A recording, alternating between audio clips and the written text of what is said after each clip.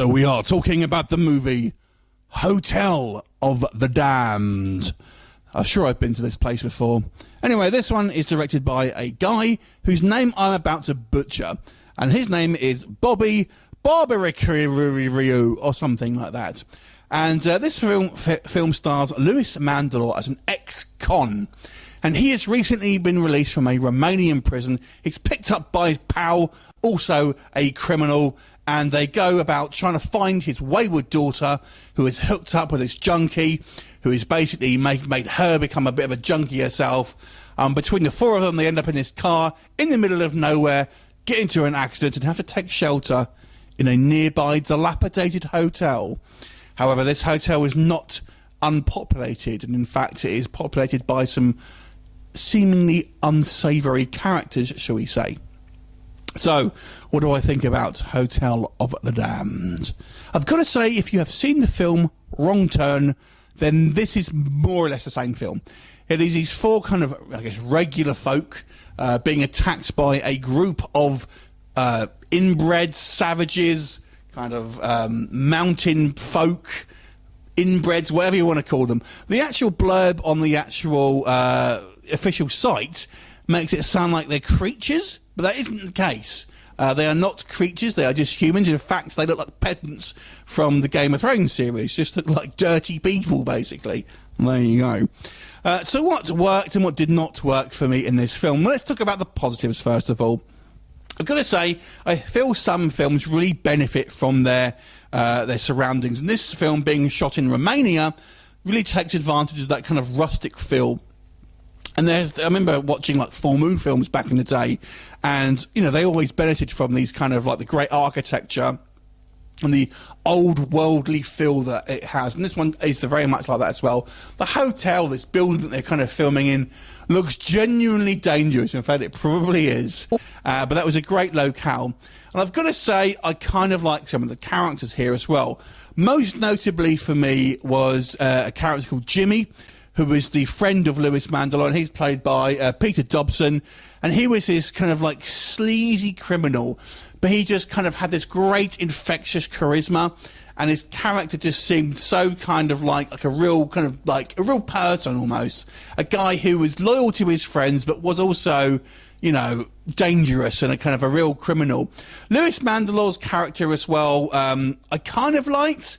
He almost was a little bit too in your face. He reminds me, if you can imagine, if you ever come across someone who thinks they are hard, but they're kind of small build and like a yappy dog, he basically reminds me of that. His character did seem unpredictable and kind of like a bit of a psychopath, but it almost felt like, you know, he was like short man syndrome, basically. I don't know how tall the guy is, but that's how he seemed.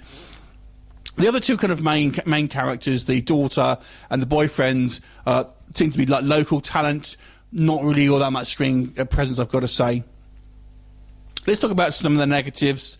With this film, I was waiting for something special to happen, something original, maybe a twist, but it never came. It's really just a derivative film of that Wrong Turn formula, basically. Nothing really unexpected happens. And the frustrating thing is they actually play with your expectations. And there's one case where Jimmy actually says, I think we might be in hell, because they're all bad people. And, you know, have they actually gone to hell? Wow, that would be an interesting kind of take on it. But no, it's just that they're just a bunch of random people, random kind of like inbred types in this hotel. We don't know why. We never explain who they are. There you go. It's just what it is. You know. So there you go. So, and that was also another thing. We never really developed any of these kind of people. These kind of like antagonists, basically. There is a kind of leader among them, but they're not built up as characters in any way.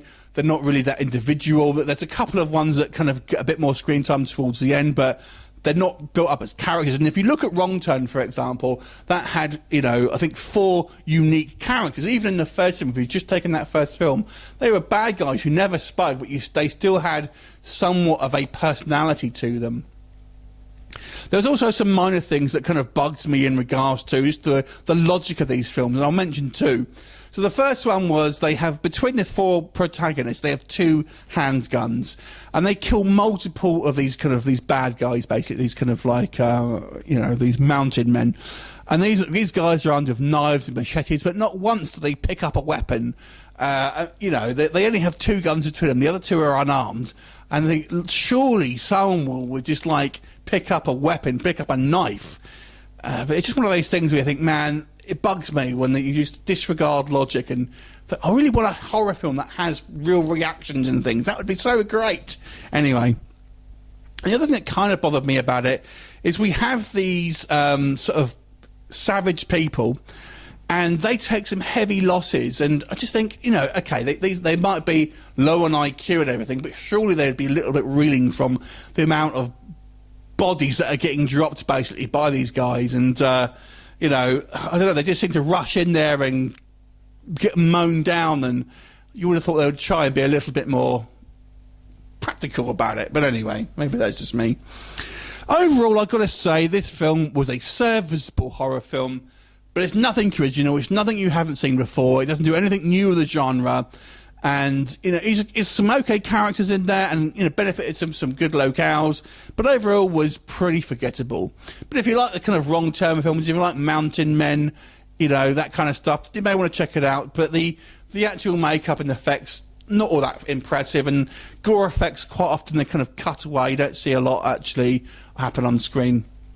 4.5. Have you seen it? What did you think of it? Leave me a comment, and I'll look forward to seeing you next time. Bye for now.